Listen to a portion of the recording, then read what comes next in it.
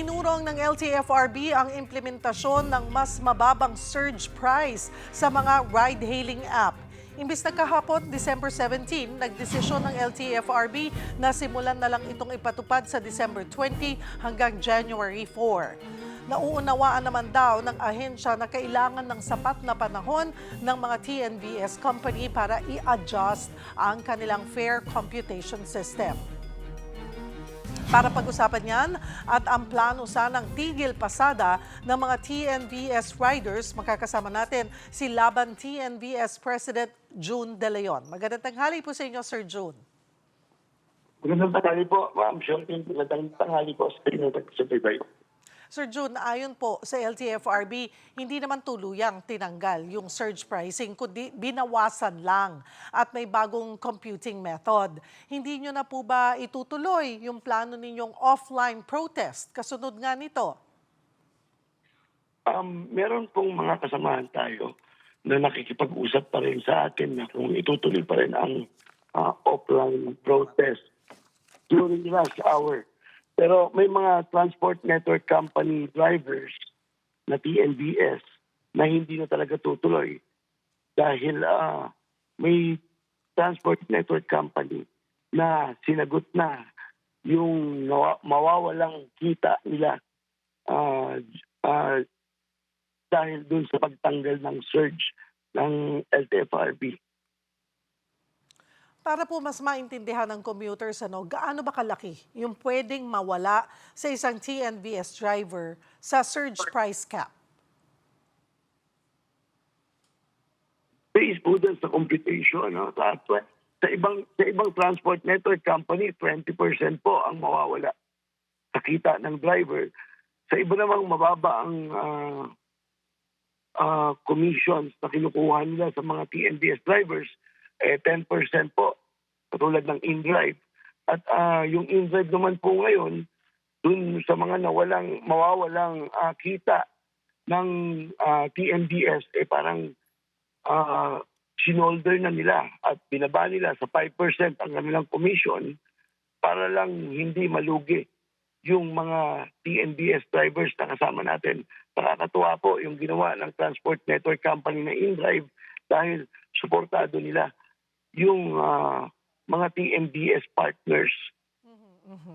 Pero ito ay isa pa lamang. We're just talking about InDrive. Yes po, opo. Patuloy po ang pakikipag-usap ng mga kasamahan natin sa iba't ibang TNVS, sa TNC, no? Para kahit papano magkaroon ng kumbaga ma-shoulder nila yung mga mawawala na kita ng bawat TNVS partners. May iba pa po ba kayong nakikitang paraan para mabawi yung mababawas na kita? Iisa na lang po nakikita natin dyan paraan. At ito ay matagal na natin panawagan sa LTFRB. Yung tapyasin or lagyan ng cap or yung mga commissions ng TNC. I-regulate dapat yung mga commissions ng mga transport network company para naman na magkaroon ng sapat na kita ang mga TNVS drivers natin.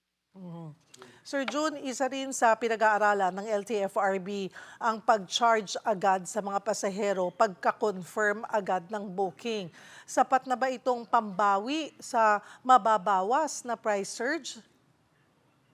Hindi po natin masabi kung sapat o hindi yan. Pero maraming salamat po at kahit papano ay meron pong pamalit doon sa surge na tinapyas po ng LTFRB. Isa pong magandang balita yan dahil alam nyo kapag pick up pa lang ay nalulugi na kagad ang mga TNVS drivers. Yan po ay lumabas noong konsultasyon ng LTFRB, TNCs at mga TNVS drivers. At maraming salamat po dahil kahit paano merong pamalit dun sa tinapyas na surge price. Pero ang tanong, kaya ba ng mga TNCs kaagad na i-adjust yung system nila para magkaroon itong mga pick-up. Yung pa lang sa pick-up, meron ng charge sa mga sa pamasahe ng mga ating pasahero.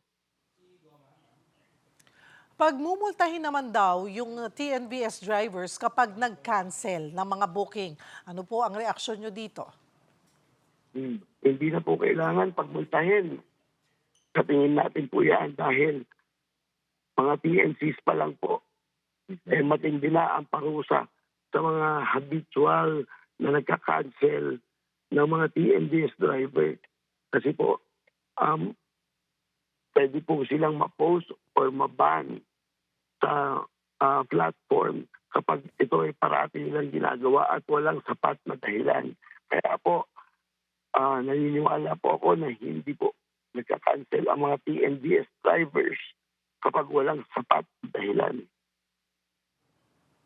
Sa gitna po ng mataas na operating costs, matinding trapiko at limitasyon sa surge pricing, ano po ang pinakamalaking hamon ngayon ng mga TNVS drivers?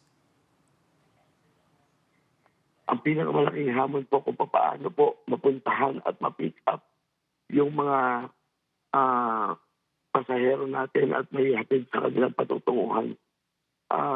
Konting pasensya po sa mga ating mga mahal na mananakay dahil ang mga TNVS drivers po gusto po kayong servisyohan. At sinisigurado po natin na itong holiday season, magsiservisyo po ng maayos sa mga ating mga mananakay, ang ating mga TNVS drivers. Paano po dapat balansehin yung kapakanan ng commuters at drivers sa gitna nga po ng isyung ito? Ang magbabalanse po nito ay walang iba kundi po ang LTFRB. Yung mga transport network companies po kailangan pag-aralan po ng mabuti at mag-regulate po nila ng mabuti yung mga sistema, polisiya, para naman po hindi naiipit ang ating mga pasahero at mga kasamahan natin TNVS drivers. Sipin niyo po, ang sabi ng mga pasahero, mahal ang pamasahe. Ang sabi naman po ng mga TNVS drivers, kulang. Bago po mag-holiday season, kumilit na po tayo ng taas pasahe sa mga TNVS. Pero ito po ang nangyari. Ang LTFRB po, inapyasan ang surge price or pamasahe ng mga ng TNVS. At hindi pa yan, meron pang multa kapag ikaw yung nag-cancel. Kailangan po talaga masusing konsultasyon dito. Naiipit po talaga ang pasahero at drivers dito. Kailangan mag-usap-usap po ang lahat ng stakeholders para naman hindi maragabyado ang pasahero at mga drivers. At Sir Jun, sa lahat po ng itong nangyayari, development, kailan ho natin malalaman kung tuloy or hindi na ang offline protest? Masasabi ko po sa ngayon, yung ibang transport network company, hindi po natin alam kung ano ang gagawin nila sa kanilang mga partners.